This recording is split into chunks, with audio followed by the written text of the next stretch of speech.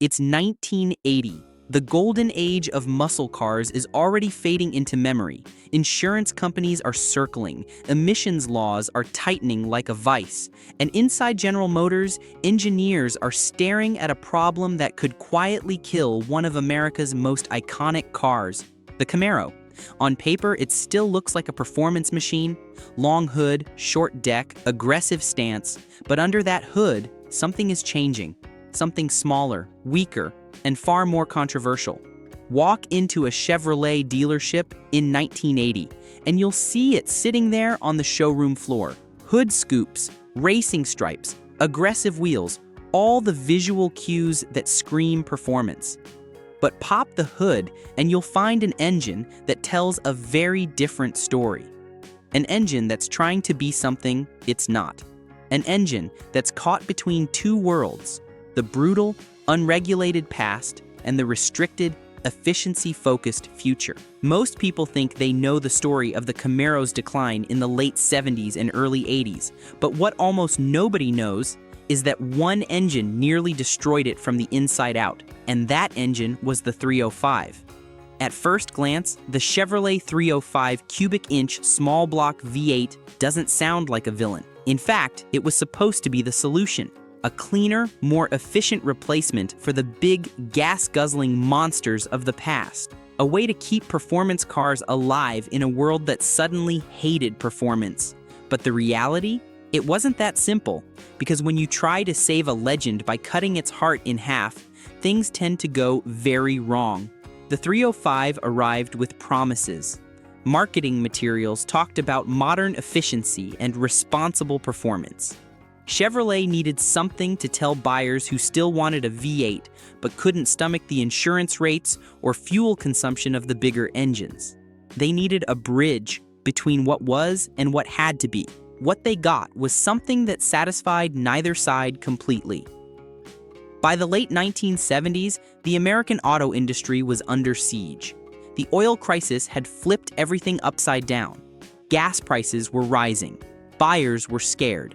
And the government was stepping in hard with emissions regulations that forced manufacturers to rethink everything. Lines at gas stations stretched for blocks. People were panicking. The American love affair with big engines and unlimited power was hitting a brick wall of economic reality. Congress wasn't playing around anymore either. The Clean Air Act was forcing manufacturers to slash emissions. Corporate average fuel economy standards were coming. Every automaker was scrambling to figure out how to build cars that could pass increasingly strict regulations. And performance cars? They were public enemy number one. The old engines, the 350s, the 396, the fire-breathing big blocks, were dying. Compression ratios dropped from brutal 11.1 setups to soft, emissions-friendly numbers closer to 8.1. Horsepower numbers collapsed. A car that made 375 horsepower in 1970 could barely push 200 just a few years later. Some engines lost more than half their rated power in just a handful of years. The 454 big block that once churned out over 450 horsepower was neutered down to barely 200. The legendary LS6 was already gone, killed off before the decade even began. Engineers were fighting with one hand tied behind their backs. Every gain in emissions control seemed to cost them horsepower. Catalytic converters strangled exhaust flow. Air pumps and EGR systems complicated everything. Carburetors were trying to run lean mixtures that engines hated. It was a nightmare. And Chevrolet had a problem. They needed an engine that could meet emissions standards, deliver decent fuel economy, and still fit into performance cars like the Camaro without completely killing its identity.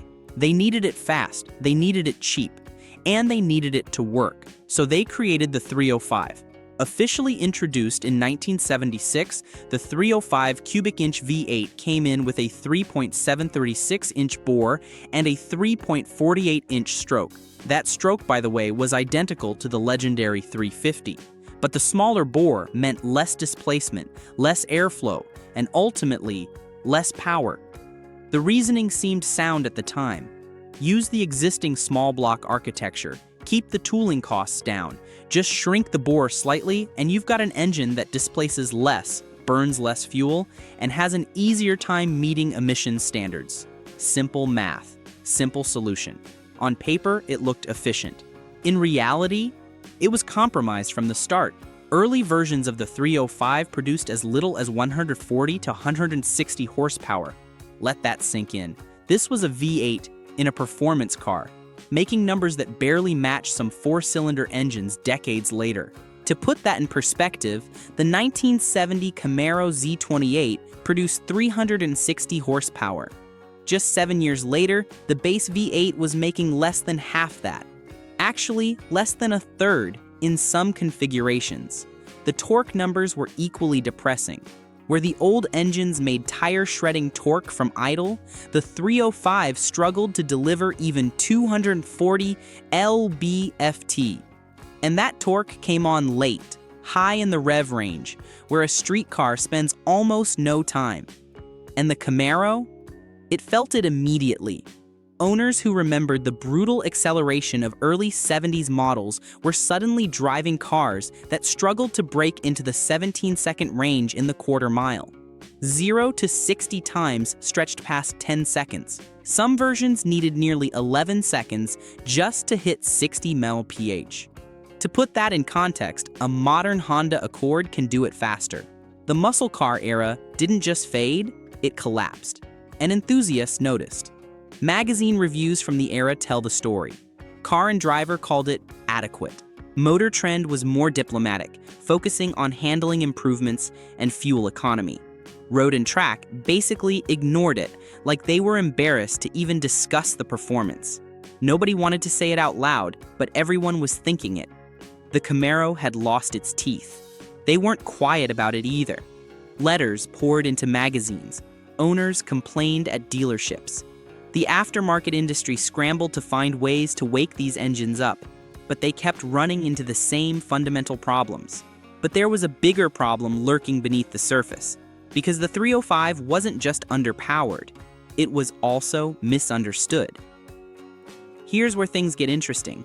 The 305 shared a lot of DNA with the legendary small-block Chevy family, same basic architecture, same 3.48-inch stroke, same general layout. But that smaller 3.7 36-inch bore created a serious limitation: breathing. You see, in an engine, airflow is everything. The more air and fuel you can move in and out of the cylinders, the more power you can make. But with a smaller bore, you physically can't fit larger valves into the cylinder head. The cylinder bore diameter determines how much room you have for valves.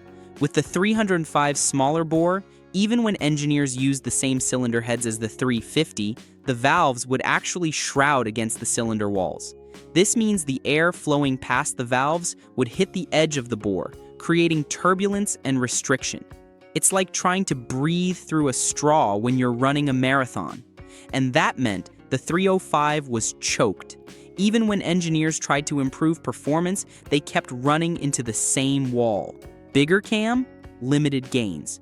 The engine couldn't move enough air to take advantage of the increased valve lift and duration. Better intake, still restricted. The cylinder heads were the bottleneck, and there was no way around it without fundamentally changing the bore size. Performance enthusiasts quickly learned that the 305 was a dead end for modifications. You could throw parts at it all day long, but you'd never get the same results as a 350. The math just didn't work. One engineer reportedly said, "We were trying to make a runner out of someone with a collapsed lung." And that wasn't far from the truth. Some aftermarket companies even refused to develop high-performance parts for the 305. Why waste the engineering time when the same effort on a 350 would yield so much more? It became the engine that the performance world quietly gave up on, but Chevrolet wasn't ready to give up, because they had no choice. The 305 was selling, it was meeting regulations, it was keeping the Camaro on the road and in showrooms, and for a corporation facing an uncertain future, that mattered more than quarter-mile times. By the early 1980s, the third-generation Camaro was on the horizon. This was a critical moment. The new car needed to be lighter, more modern, more efficient, but still exciting. The automotive press was already writing obituaries for the pony car segment. The Mustang was barely hanging on.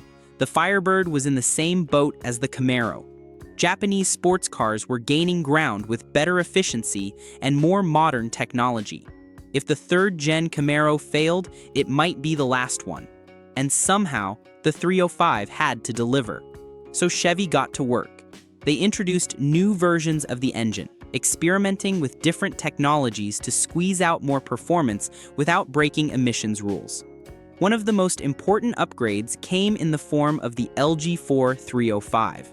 This version pushed output to around 150 horsepower and 240 lb-ft of torque. Still not impressive, but a step forward. They achieved this through revised camshaft profiles, slightly better breathing, and recalibrated carburation. It was incremental progress, slow, frustrating, but it was something. Then came the LU5 Crossfire injection system in 1982. This was Chevy's early attempt at electronic fuel injection. Instead of a traditional carburetor, it used dual throttle bodies feeding into a unique intake manifold. The system was borrowed from the Corvette, where it was supposed to represent cutting-edge technology. On paper, it was advanced. The dual throttle body design was meant to improve fuel distribution and throttle response. Computer controls would manage the fuel delivery with precision that carburetors could never match. It looked high-tech. It sounded high-tech. In practice, it was a nightmare. Throttle response was inconsistent. The computer controls were primitive by modern standards, leading to stumbling and hesitation. Tuning was difficult. Mechanics who'd spent decades working on carburetors were suddenly dealing with electronics they didn't understand, and real-world performance barely improved. Despite all the complexity and added cost, the Crossfire 305 only managed around 165 horsepower. That's barely 15 horsepower more than the carbureted version. Reliability was another issue. The system was sensitive to dirt and contamination. Parts were expensive, and when something went wrong, fixing it required specialized knowledge that most shops didn't have. Drivers expected modern performance and got something that felt confused. The Crossfire injection system quickly became a joke among enthusiasts. They called it ceasefire because it felt like the engine had given up. Some owners actually converted their cars back to carburetors just to get consistent drivability. But Chevy kept pushing, because what they tried next would define the 305's entire legacy. In 1985, Chevrolet introduced tuned port injection, TPI, and this changed everything. TPI was a completely different approach. Instead of trying to adapt old technology or using half measures, Chevrolet engineered a true multi-port fuel injection system with individual runners for each cylinder. The intake manifold itself was a work of art. Long tuned runners that used acoustic waves to boost cylinder filling. Individual fuel injectors at each port. A sophisticated computer managing everything in real time. It was the technology the 305 had needed all along. Suddenly, the 305 wasn't just surviving, it was fighting back. The L69 high-output 305, equipped with TPI, produced around 190 horsepower and 240 lb-ft of torque. That might not sound huge today, but compared to the early 80s versions, it was a massive leap, nearly a 30% increase in power. And more importantly, that power was delivered smoothly, consistently across the entire rev range. More importantly, it felt different. Throttle response improved dramatically. Touch the gas pedal and the engine responded instantly, crisply. No carburetor lag, no stumbling, just clean, immediate power delivery. Torque came on earlier. The long intake runners created a ram air effect that boosted low-end torque significantly. The car pulled harder from lower RPMs, making it feel much stronger in everyday driving. The car felt alive again. For the first time in years, the Camaro started to feel like a real performance machine. Magazines started paying attention again. Quarter-mile times dropped into the 15-second range. 0 to 60 times finally broke back under 9 seconds. It wasn't muscle car performance by 1970 standards, but it was respectable. More importantly, it was improving. But there was a catch. Actually, there were several. Despite the improvements, the 305 still couldn't escape its fundamental limitations. That small bore, still choking airflow, even with TPI, which used long intake runners to boost low-end torque. The engine struggled at higher RPMs. Power dropped off quickly past 4,500 RPM. The tachometer might climb higher, but the acceleration didn't match. It just didn't have the breathing capacity to sustain high-performance output. Peak horsepower came early and then flattened out. Where a good performance engine builds power all the way to redline, the 305 felt like it was gasping for air by 5,000 RPM. Meanwhile, the 350, when available, was doing everything better. More power, better airflow, higher potential, and it responded to the same TPI technology with even more dramatic improvements. A TPI 350 made 230 horsepower right out of the gate. That's 40 more horsepower than the best 305, using essentially the same technology, and it made that power across a wider power band, with more torque everywhere. And enthusiasts knew it. They could feel the difference. They could see it in the performance numbers. And they definitely noticed it in their wallets when they tried to modify their cars. So why did Chevy keep pushing the 305? Simple: fuel economy, emissions, cost, insurance. The 305 was cheaper to produce, it met regulations more easily, and it allowed Chevrolet to market the Camaro as a performance car without triggering the same insurance penalties as larger engines. That last point mattered more than people realize. Insurance companies were still punishing V8 performance cars, especially those with larger engines. A young buyer could get insurance on a 305 Camaro for hundreds less per year than a 350 version. For Chevrolet, that meant more potential buyers, more sales, more survival.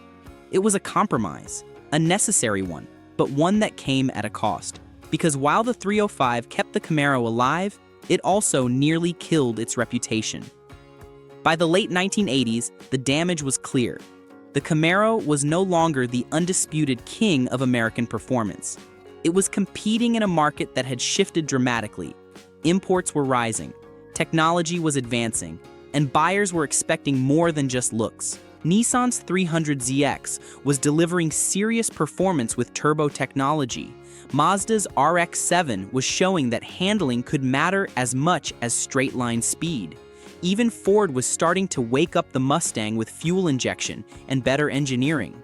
They wanted real performance again, and the 305 couldn't fully deliver. Even in its best form, the LB9 TPI 305 topped out around 230 horsepower by the end of the decade. Respectable? Yes.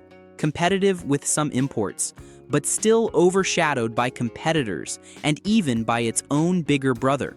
Quarter-mile times hovered in the mid-14-second range.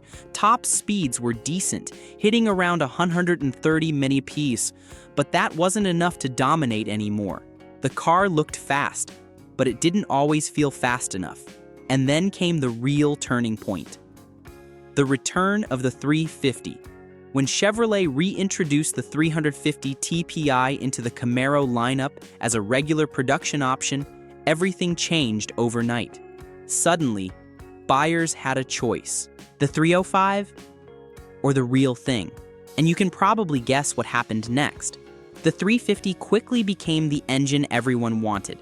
With horsepower climbing to 245 and beyond, and torque figures pushing well over 300 lb-ft, it delivered the kind of performance the Camaro had been missing for years.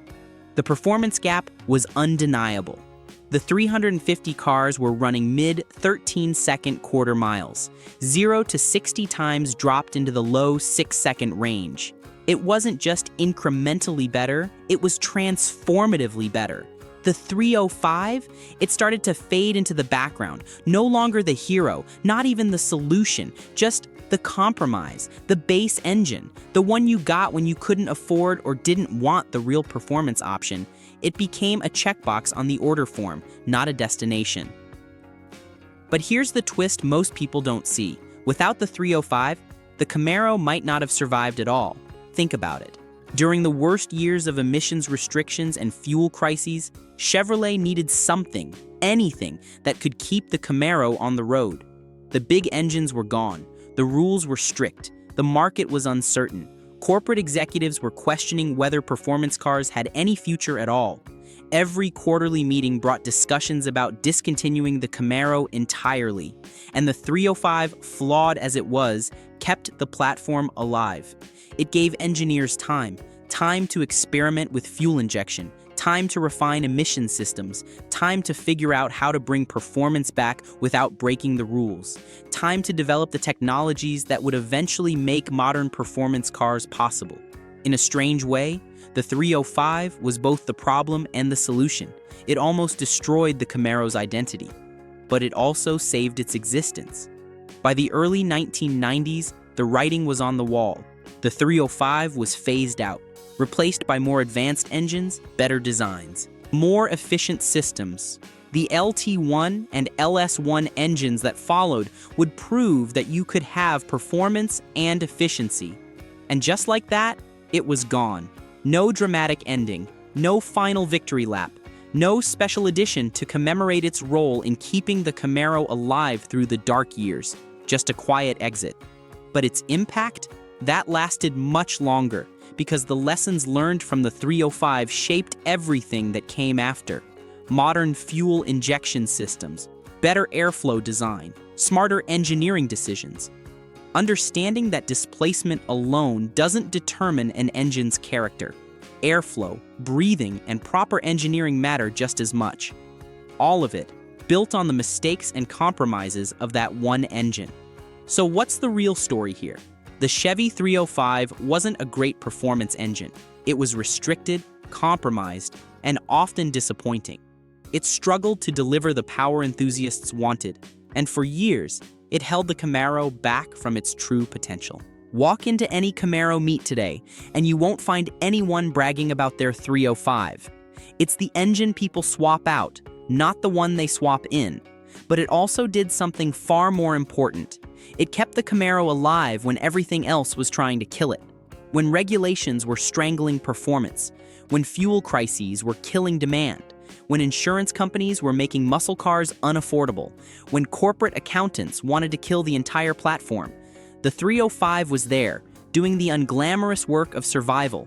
And sometimes, survival is the biggest victory of all, because without those years of survival, there would be no modern Camaro, no ZL1, no 1LE, no continuation of the legacy. The 305 bought time, and that time turned out to be invaluable. If you enjoyed this story, let me know what you want to see next. Another forgotten engine, another rivalry, or another hidden chapter of automotive history. And if you think you know the Camaro's story, trust me, there's always more beneath the surface.